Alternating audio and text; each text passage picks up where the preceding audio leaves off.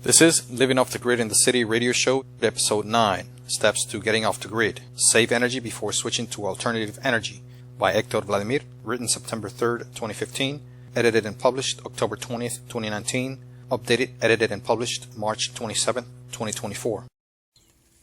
Some important facts. According to the U.S. Energy Information Administration, the average U.S. residential customer uses approximately 909 kilowatt hours per month of energy, or around 10,909 kilowatt hours per year. But not all states and residents use energy at the same rates, and energy rates differ widely by location. On average, residents in the southeast central region of the United States, including Alabama, Kentucky, Mississippi, and Tennessee, use the most electricity. While aside from Alaska and Hawaii, homes in New England use the least amount of electricity. On average, the typical American uses 41% of their energy on space heating and 35% on appliances, electronics, and lighting. However, not all states within the United States consume energy in the same way. Georgia residents spend about 1,088 kilowatt hours of electric energy per month. Georgia homes spend about 40% of their energy bill on appliances, electronics, and lighting. Homes in Georgia also spend nearly double the national average on air conditioning costs. On average, also, Georgia residents spend about $210 per month on electricity, which adds up to about $2,520 per year. Louisiana residents use about 1,273 kilowatt hours per month. The cost of Louisiana electricity ranks 51st in the nation. The average monthly household electricity consumption in Louisiana is 38.87% greater than the national average. Before thinking of living off the grid, look at your energy consumption records. These may be on your bill or on your service provider's website under your account. You will have to sign in as a customer to access your personal records. It is wise to first see what you're paying for electric energy and other types of energy to find out what rates you are paying, what are the rate brackets, such as for summers or winters, and it's also a good idea to find out energy brackets for amount of energy used, such as from 0 to 650 kilowatt hours, 650 kilowatt hours to 1,000 kilowatt hours, and over 1,000 kilowatt hours. On your screen there is a real-world example of what these brackets may look like. For example, for the winter, here in Georgia, the rate is 6.7 cents per kilowatt hours. And for the summer, that is June through September, the kilowatt hours are broken into 3 brackets. First, 650 kilowatt hours are charged at 7.1 cents. This is currently now in March 2024. The bracket for 650 to 1,000 kilowatt hours is charged at 11.8 cents.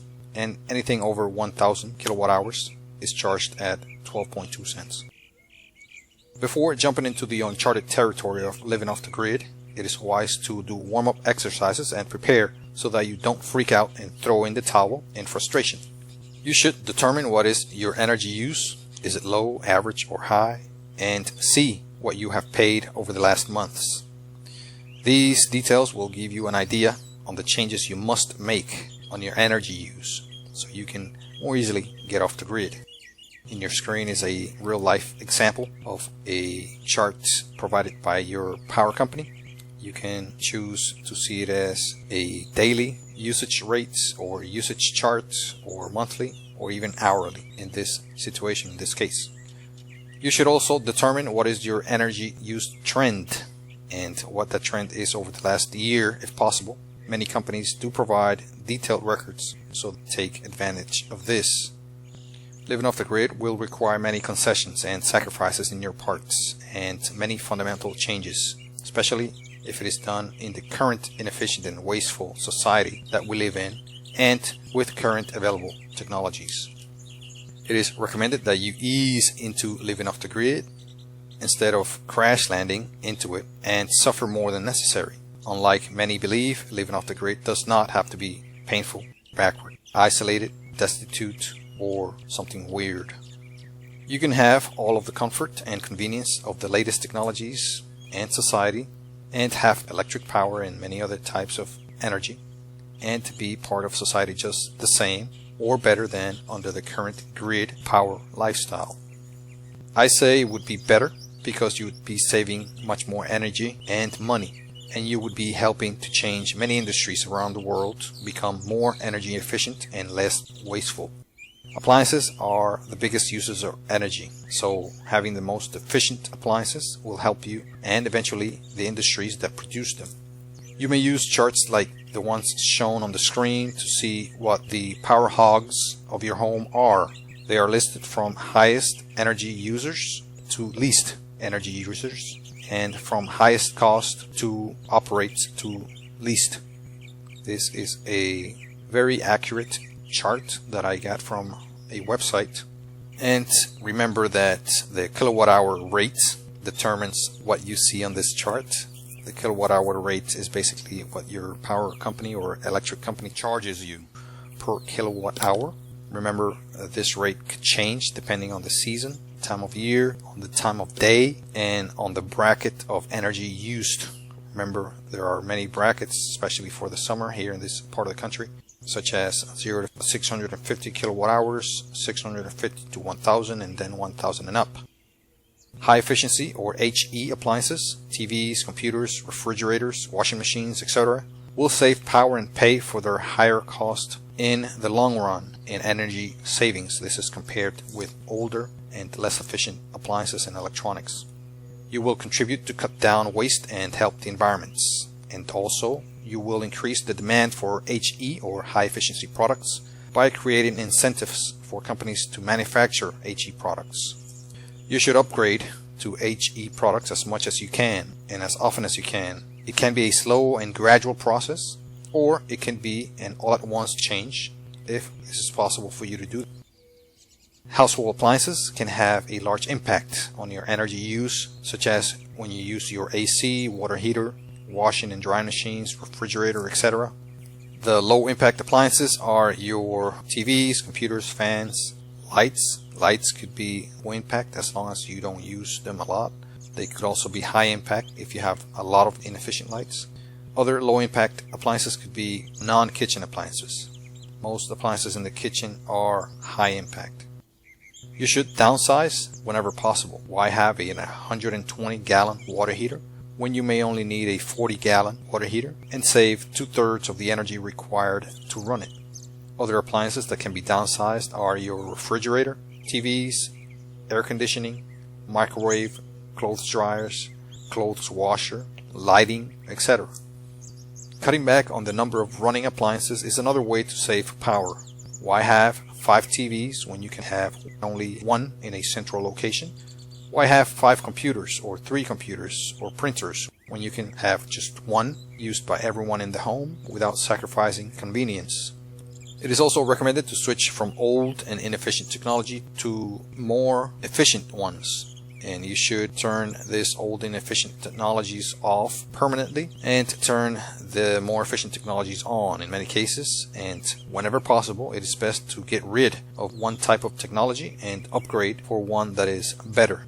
For example, when LED TVs were launched a few decades ago, the energy savings potentials of LED was hardly mentioned. The brighter, sharper picture was fiercely advertised. But in fact, LED TVs save much more energy than older tube-type TVs and even LCD TVs. Again, more efficient technologies could be costlier, but they will aid in your efforts to get off the grid and make efforts less costly overall. If you attempt to get off the grid while running all of the same inefficient equipment and remain with the same number of unnecessary appliances, the cost to do so may be many times higher than necessary. Lastly, get rid of appliances that you do not need. Get rid of that full-size freezer in your basement and quit drinking. Get rid of that large screen TV, stereo, or other useless equipment. Get rid of the small fridge that is on the side of your bed, and get up and go to the kitchen if you need, for example, a drink. Cutting back on unnecessary and wasteful appliances is a great way to cut back on energy use prior to getting off the grid. Remember, concessions need to occur, and your lifestyle may need some serious reforms to accommodate the benefits of living off the grid. Switching appliances from power sources that can be controlled and stored locally can be a powerful way to cut energy costs and dependence on a certain power source such as electric. Getting off the grid in large part means getting off the electric power, the largest energy provider by far for any household. Switching large appliances to power sources such as LP gas, that's liquid propane gas, wood chips, natural gas, or heat concentrators from electrical power is a significant step to get off the grid. The more important appliances to get off the electric grid are your power hogs, such as your stove, water heater, clothes dryer, air heater, etc. You may say, why switch from one power source to another and still pay for it, perhaps the same or more? But this question misses the point. Let me explain. Getting off the grid may require a slight or even significant initial increase in your costs that you incur, but in the long run, getting off the grid should pay for itself relatively quick if done rationally. That is accomplished through energy savings over time. The longer you use your efficient products, the more savings you incur. Still, local energy sources such as LPG, that's liquid propane gas, provide much more control and flexibility for the owner, since you have much more control over the energy that you use, therefore much more control on the costs associated with that energy. LP gas is a flexible form of power that can be safely stored, and it is highly efficient. It is relatively cheap and can power many of the more power-demanding appliances, such as a clothes dryer, water heater, stove, and even your refrigerator and air heater.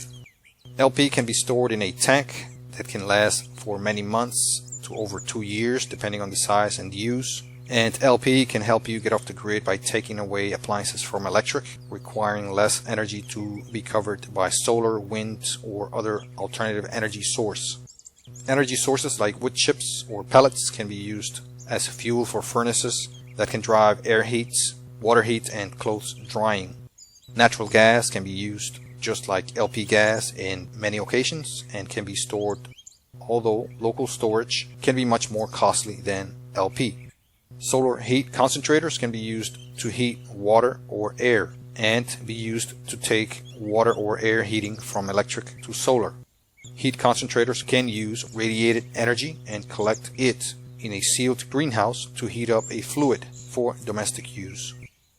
Heat concentrators can heat up a point for cooking or heating a fluid for use in air or water heating. Heat collectors and concentrators can be readily bought or built to save a large amount of electric energy. Large amounts of electrical current is used to heat up elements like air or water for appliances. At times, these electrical heating elements use up to 15,000 watts or even more, and these can be used for many hours per day. Solar, wind, or geothermal energy can be used to cover the energy needs required for the appliances that cannot be covered by the mentioned sources. Ideally, you should take as many appliances off electric prior to getting off the grid. Covering energy needs with solar, wind, or geothermal will be covered in detail in other presentations, and these technologies are more affordable and ready for use in most areas of the world right now. A great way to save energy in preparations to getting off the grid is to switch appliances off manually or automatically. Many items in the home draw energy even while they are off or in the off mode and use up energy constantly. This adds up to hundreds of watts per month. Those watts are not used, they're just wasted. Recently I purchased and began to use a watt meter, a device that measures the amount of energy being used by devices plugged into electrical outlets. And I found that a few office equipment, even while off, drew about 56 watts per hour. That is 1,344 watts in 24 hours. And this is just for a few low power office equipment. Imagine how many watts per month your whole home can draw, even while electrical equipment are off. And again, this is unused, wasted power that you pay for and you do not use. A good idea to save idle energy is to make devices and appliances completely disconnected from their wall outlets. There are several ways of doing this with timers, manual disconnects, or manually unplugging devices when not in use. This practice of turning devices off can be seamless or worry-free, or can take time and attention from you. It depends on how automated your switching system is. Of course, manual systems are much more hassling and require strict schedule adherence to work. but can be a sure way and cheap one too to stop wasting precious energy and stop paying for unused energy. A huge user of energy is your heat producing devices. Again, huge users of energy are your heat producing devices such as your water heater, air heater, etc. Those can be put on a timer. Also your electric stove or range if you have one, your microwave if you have one, those produce heat, and also space heaters. Some computers produce a lot of heat. Some lighting produces a lot of heat. So those are your high impact items that you must get off of electric, put on a timer, or switch them off when not in use. Again, those high demand items could be put on a timer where no energy is supplied to them during times of non-use or when the house is vacant, especially your water heater. TVs, internet equipments like modems or routers, music equipment, lighting, and more can be disconnected from the outlets of your home by placing timers on those outlets or simply by putting switchable power strips on those outlets, then running all of the cords to those power strips. Remember not to overload a circuit by putting too many high demand electronics on one power strip. And of course you would have to switch that power strip on or off whenever you are either using or not using the equipment that is connected to it. Some power strips, such as the one shown, have individual switches for each of the connected devices. Those would be the most ideal. Power strips with some kind of lighting to indicate an on state are better, as they are easily identified as being on or off. A lot of equipment is now able to shut off automatically or enter into a hibernation state, such as TVs, computers, some stereo equipment, etc. But remember that even those items can draw some energy while hibernating. Electronics that turn off automatically are clearly better than having equipment on all the time. But this still does not completely stop power leakage. Lighting is a major power user, believe it or not, in homes, only because there are generally many lights in a home and many of them may stay on for long periods, purposefully or inadvertently. Efficient lighting helps to save energy, but it does not help as much as turning those off when not in use. Movement sensors are a great advancement for lighting and saving energy. For example, in Masdar City, Abu Dhabi in the United Arab Emirates, all buildings lighting is required to have these movement sensors per their building codes, and they are well-tested technologies that work. So if you can afford this technology, is a great option to save on lighting energy. As a side note, you need not to be poor to want to get off the grid to save money, as getting off the grid will probably not save you much money at first. But surely, saving money, freedom, independence, choice, and environmental reasons should be encouragements for those that want to get off the grid. A huge energy user is your home's air conditioning for cooling and heating. It is the single largest energy user here in America, by far. Most U.S. states are mild weathered and do not need the amount of air conditioning that people currently use, per my opinion. I suspect people have grown overly comfortable and unwilling to acclimatize to the natural weather of their area and this season. And I am sure that peer pressure and wishes to give a sense of affluence are huge drivers for people to waste energy in comfort. Deep summers and winters aside, most states in the continental U.S. experience pleasant, mild weathered springs, early and late summers, falls, and early winters. Most households, as I have experienced, have their air conditioning on even during the most pleasant days throughout the year. This dependence on the comfort of air conditioning is rampant, and it is a huge user of the total energy demand of cities, and a driver of pollution, believe it or not, and heating of the local atmosphere. Remember, just like a refrigerator, while an air conditioner cools the interior of a home, it releases heat into the outside atmosphere. Of course, a few air conditioning units may not warm up your neighborhood, but 250,000, for example, units are sure to increase the temperature in a large city. Here in the U.S., majority of the homes, businesses, and industrial buildings are designed to maintain a constant internal atmosphere that require the constant use of large and power-hungry AC units. These buildings often have no windows that are easily opened. These buildings and dwellings are built with the power companies in mind and for extravagant comfort, but they are highly wasteful and energy inefficient. From costly lighting, small and limited windows and ventilation, to exterior dark paint and roofs, these buildings are the electric company's dream. The lack of use of sunlight heating, natural illumination, and natural wind flow are just sad examples of how energy negative modern architecture is. Seemingly, architecture, especially here in the US, is highly driven by economic and social pressures, especially those of the oil and coal industries. And seemingly, it is based very little on environmental and efficiency concerns. Thank you for listening or watching. This has been Living Off the Grid in the City radio show, episode 9, Steps to Getting Off the Grid. Save energy before switching to alternatives. This presentation and audio is, of course, free to copy by Hector Vladimir, written in 2015, September 3rd, edited and published October 20th, 2019, and then again edited and published March 27th, 2024. Thank you.